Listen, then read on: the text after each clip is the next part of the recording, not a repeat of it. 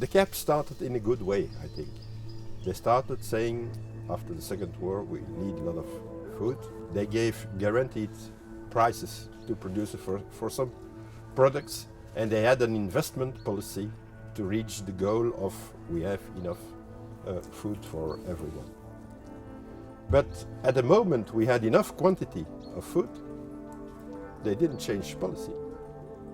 They didn't change policy, and we had those excedents of milk and beef meat.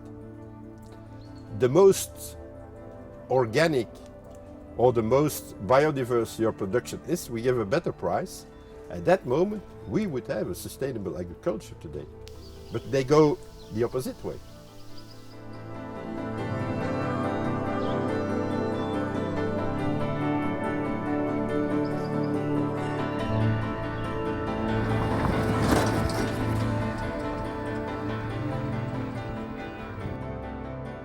One of the sources of this pressure is agriculture. The ecosystems and species dependent on agriculture are in a poor, generally poor and often declining state.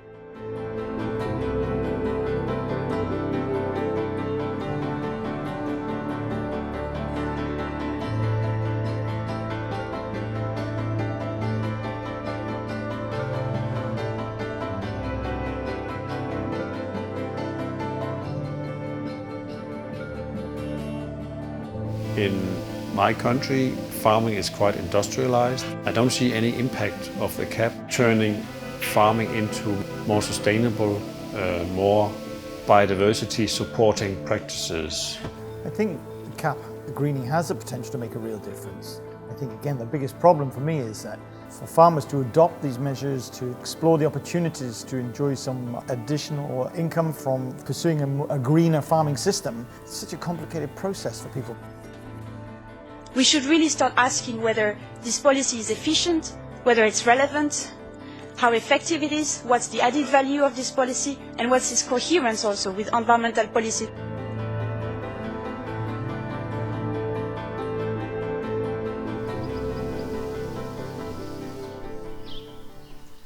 I decided to go the organic way, and in that time there was no certification.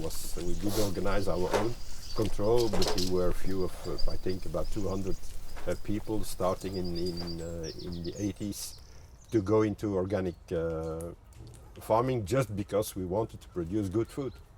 What we saw during the 30 years we do is that where diseases were a problem in the beginning, they aren't anymore. Just because of the biodiversity, we build it up without using products who goes against that biodiversity. So I cannot say for others, but I can say for my farm that where we had some diseases in the beginning, we have maybe 20% of the diseases we had today just because of that change in biodiversity. When you work the organic way, the things you have to do is to look at what's happening in nature. We cannot use products to control, for instance, pest diseases. We cannot use products to do some weed control. So we have to look at what's possible within the natural environment. And that makes a big difference. The most normal way to do is that we should have, of course, some natural reserves, but that some parts of the natural reserves should be used by agriculture, but in a way that we preserve nature.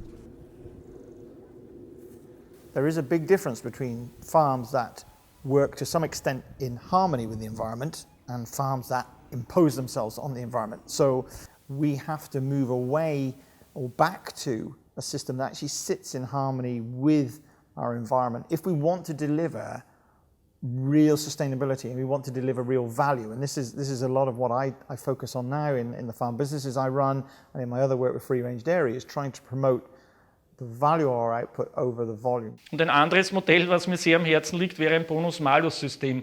Sie könnten ökologische Vorrangflächen anlegen, die länger als 5 Jahre dauern, mit dem Hinweis, wenn die Fläche qualitativ günstiger wird oder auch älter wird, dass sie für die Bevölkerung und für die Umwelt wertvoller wird und dadurch bekommt der Landwirt nach der ersten Periode mehr bezahlt, einen Bonus. Auch der Landwirt hätte nicht nur eine Motivation vom Finanziellen her, sondern er hätte auch eine Motivation von dem her, dass er sagt, das ist mir jetzt gelungen, ich bekomme mehr Geld, ich bin sehr vorsichtig mit der Fläche.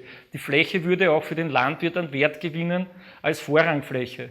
When you have good examples of organic farming, then you will have people who will go into organic farming, because farming it's a nice job. It's a nice job, so it is profitable to run an organic farm today. If it wasn't, I wouldn't be here.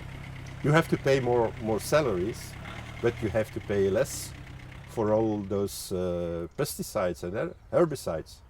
At the same time, here we sell almost directly to the consumers, and so we have also a much better price than in conventional agriculture. So I think that most of my colleagues who started to go into organic farming or did the reconversion to organic farming have a better income than if they stayed in conventional farming.